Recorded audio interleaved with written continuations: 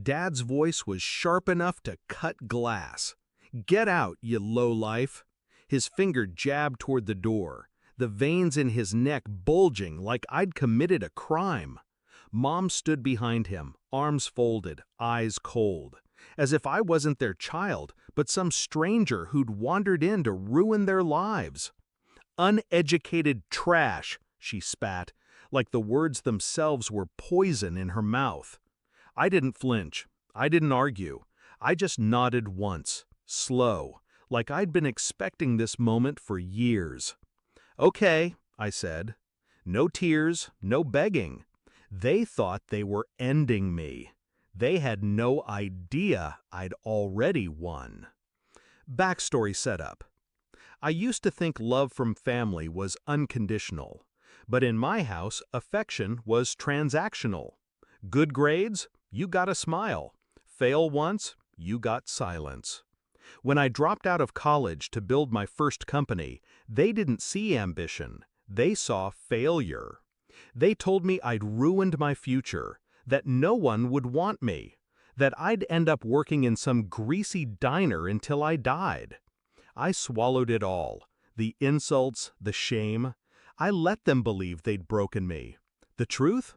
While they laughed behind my back, I was building something they couldn't even imagine. Discovery of betrayal. 2 weeks before that night, I overheard them talking in the kitchen. They thought I was asleep upstairs. "She's a drain," Dad said. "She'll never be anything. We should just cut her off completely." Mom agreed. "Let her hit rock bottom. Maybe then she'll learn." That's when I knew. They didn't just doubt me. They wanted me to fail.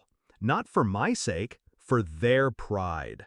I stood in the hallway, hidden in the dark, listening to the people who were supposed to protect me plot my humiliation. It didn't hurt the way I thought it would. It ignited something colder, sharper. Shift in mindset. The plan begins. I didn't storm in. I didn't confront them. Instead, I started preparing. I moved my money, all 20 million of it, into an account they couldn't trace. I lined up movers. I booked a one-way ticket to Florida. My penthouse there wasn't just a home, it was proof. Floor-to-ceiling windows overlooking the ocean, marble floors that caught the sunlight, an office where I signed deals worth more than they'd earn in 10 lifetimes. I decided I wouldn't just leave. I'd let them believe they'd won. Because the sweetest revenge isn't shouting, "I told you so."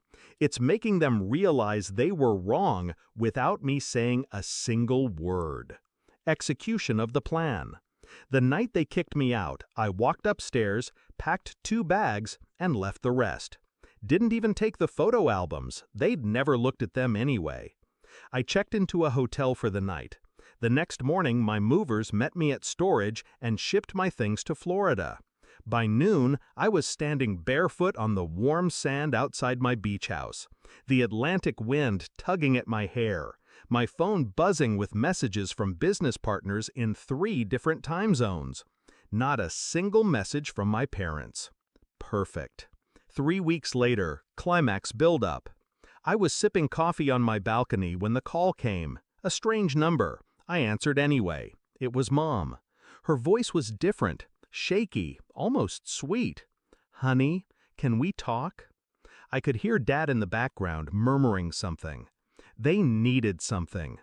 Turns out, Dad's foolproof investment had tanked. They'd lost almost everything, and now they were worried about the future. Translation? They were broke. "Maybe you could help us out," Mom said, carefully, like she was asking for sugar from a neighbor, not money from the daughter they'd thrown away. I didn't answer right away. I let the silence stretch, the waves crashing behind me filling the space. "You called me uneducated trash," I said finally, my voice calm. "You told me to get out, remember?" She stammered, "We didn't mean—" "You meant every word." I walked back inside, through my sunlit living room, my bare feet whispering over imported marble. I picked up a framed photo from the shelf, me smiling at 17, before I realized love had terms and conditions. "I have $20 million," I said, each syllable deliberate, "and not a single cent of it will ever touch your hands." The line went dead silent. I could almost hear the moment they realized the scale of their mistake. I put the phone down. No satisfaction in yelling, no victory in dragging it out. They didn't deserve my rage.